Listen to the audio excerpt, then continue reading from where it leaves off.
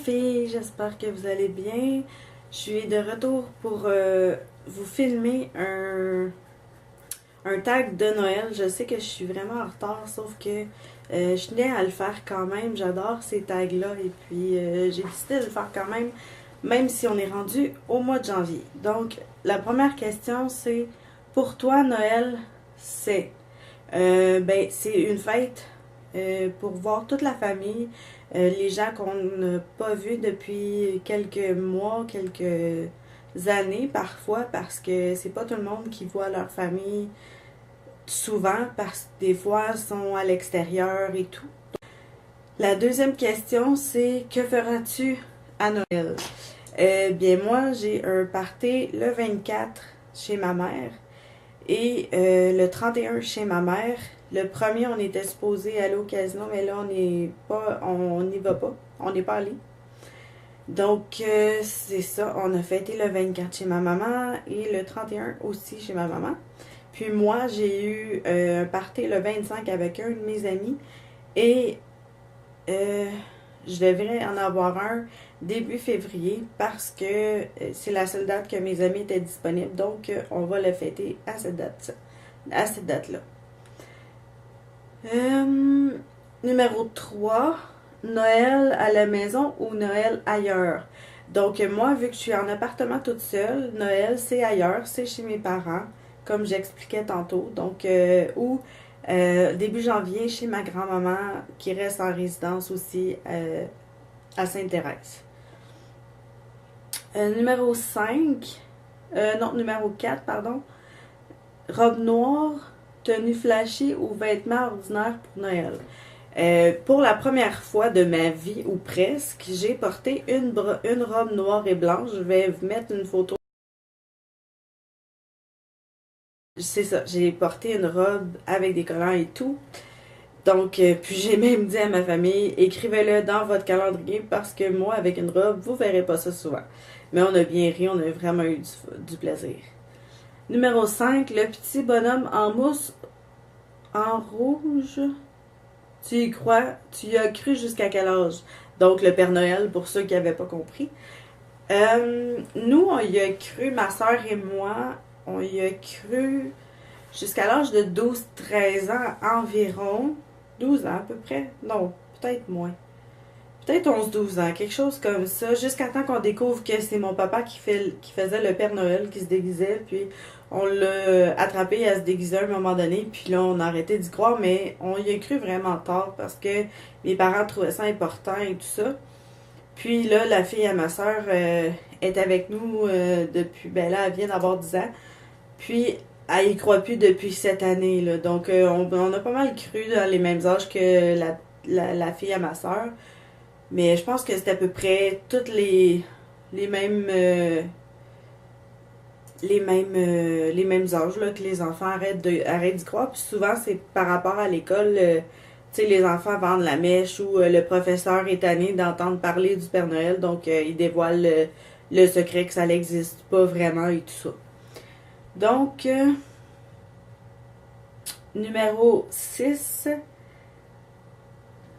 Tes enfants ne te saoulent pas trop à parler de Noël 24 heures sur 24. Ben, moi, personnellement, j'ai pas d'enfants, mais ma nièce en parlait pas beaucoup. Il y a juste une année, par exemple, on lui avait fait faire une lettre du Père Noël. Ben, dans le fond, c'était une vidéo du Père Noël. Elle avait été émerveillée par cette vidéo-là, mais non, elle n'en parlait pas tant que ça. C'est sûr qu'elle a hâte à Noël, là, écoute, mais du Père Noël en tant que tel, elle n'en parlait pas beaucoup. Donc, c'est ça. Numéro 7. Si tu devais avoir qu'un seul cadeau à Noël, ça serait... C'est peut-être ridicule à dire, mais moi, c'est pas... C'est pas rien de matériel. Si on parle matériel, ça serait du maquillage, mais moi, c'est pas rien de matériel. Désolée. Ça serait de pouvoir marcher à nouveau. Ben, pas à nouveau, marcher carrément. Parce que je suis handicapée depuis ma naissance, donc j'ai pas connu le fait de marcher. Mais j'aimerais vraiment ça, le vivre une fois dans ma vie. Peut-être comme si on me donnait la chance de pouvoir marcher pendant 24 heures, je le prendrais. Donc, ce serait ça. Euh,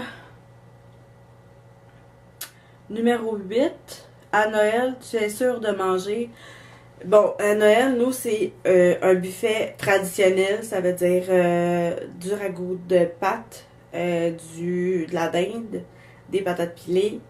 Euh, Nous, on mange de la farce que mon grand-père fait. C'est excellent.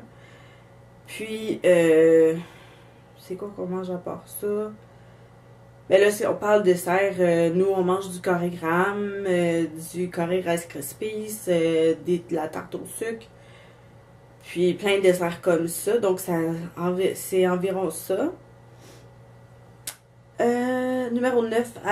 Après Noël, régime ou oui ou pas? Oui, parce que moi, avec la fauteuil roulant, je dois maintenir une diète assez sévère pour ne pas avoir un poids trop surélevé parce que sinon, avec les transferts que j'ai à faire à la toilette ou dans le lit ou tout ça, j'ai de la difficulté à les faire. Donc, je peux pas me permettre de prendre vraiment beaucoup de poids. Mais oui, le reste de l'année, j'essaie de faire vraiment attention, même si c'est vraiment difficile. Numéro 10. Si tu devais m'offrir un cadeau de Noël, ça serait...